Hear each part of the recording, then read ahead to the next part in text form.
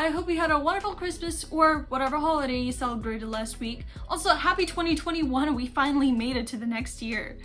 Now, I have something special hidden on the other side of this canvas, and I'm pretty sure you know what it is from the thumbnail, but you're gonna see it again at the end of the video. I made a painting for one of my family members this Christmas, and I recorded the whole process, so now we're gonna watch it together. Also, this isn't a tutorial, feel free to just watch it as a simple speed art. Let's move on.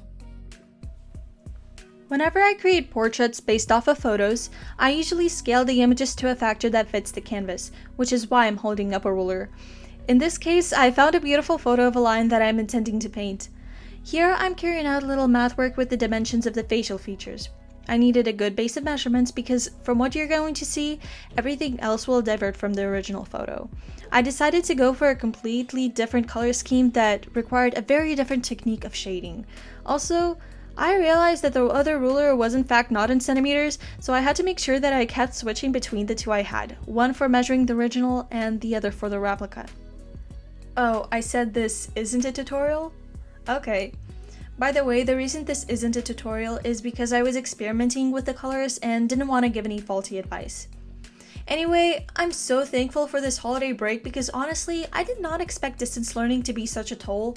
I would much rather be back in class since at least then, the time spent during school hours would be justified with actual productivity. I've never felt this demotivated ever yet. It's as if senioritis came a year too early. I don't know what it is, but for some reason we don't cover enough material in a day. Still adjusting 5 months in. Especially the AP classes have not been amazing. I shouldn't have just assumed that I could wing them as I sometimes do with my other classes. There are so many assignments that there is simply no time to slack off, and you have to be sure that you understand the material at the same pace as the class, which would mean extra studying hours after school if the topic wasn't covered in detail.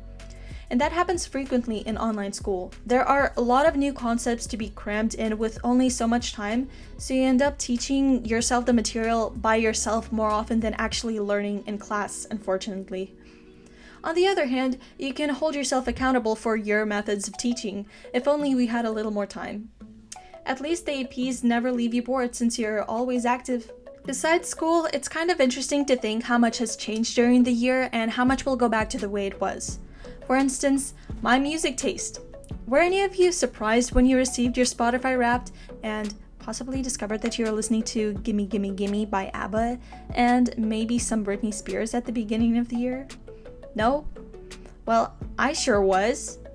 I rediscovered my love for Coldplay about a month ago thanks to Ghost Stories, and recently I've been into Pomme, or Apple in French.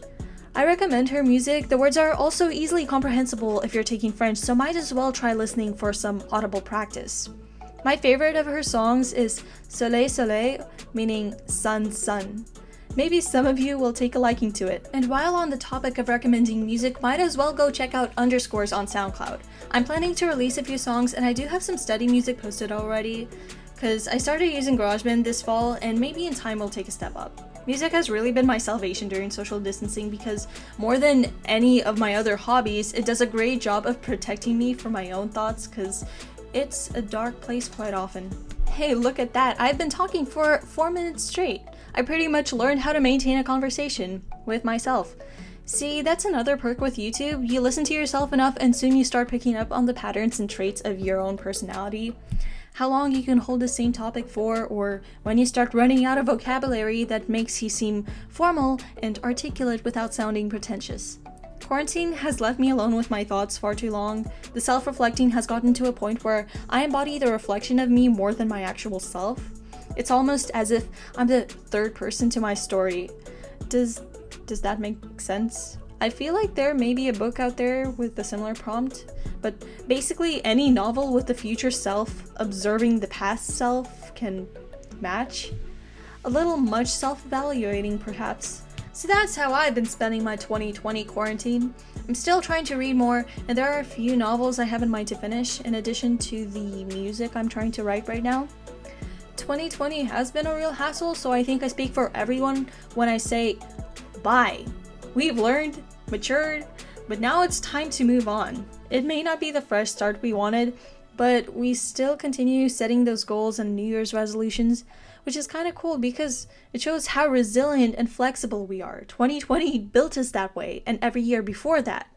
It's just another scar to add to the collection, but at least now you've earned the tough skin. Happy New Year, everybody! And look at that, I finished the painting!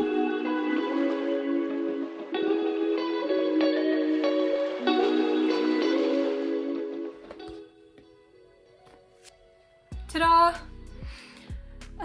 It looks so weird flipped. I just realized that this part of the face is a little thicker than over here.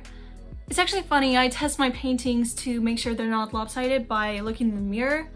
This one is a bit lopsided, especially the nose, but this is the result. Alright, happy Christmas to all, and to all a good night. And break a leg for the new year because good luck. Bye!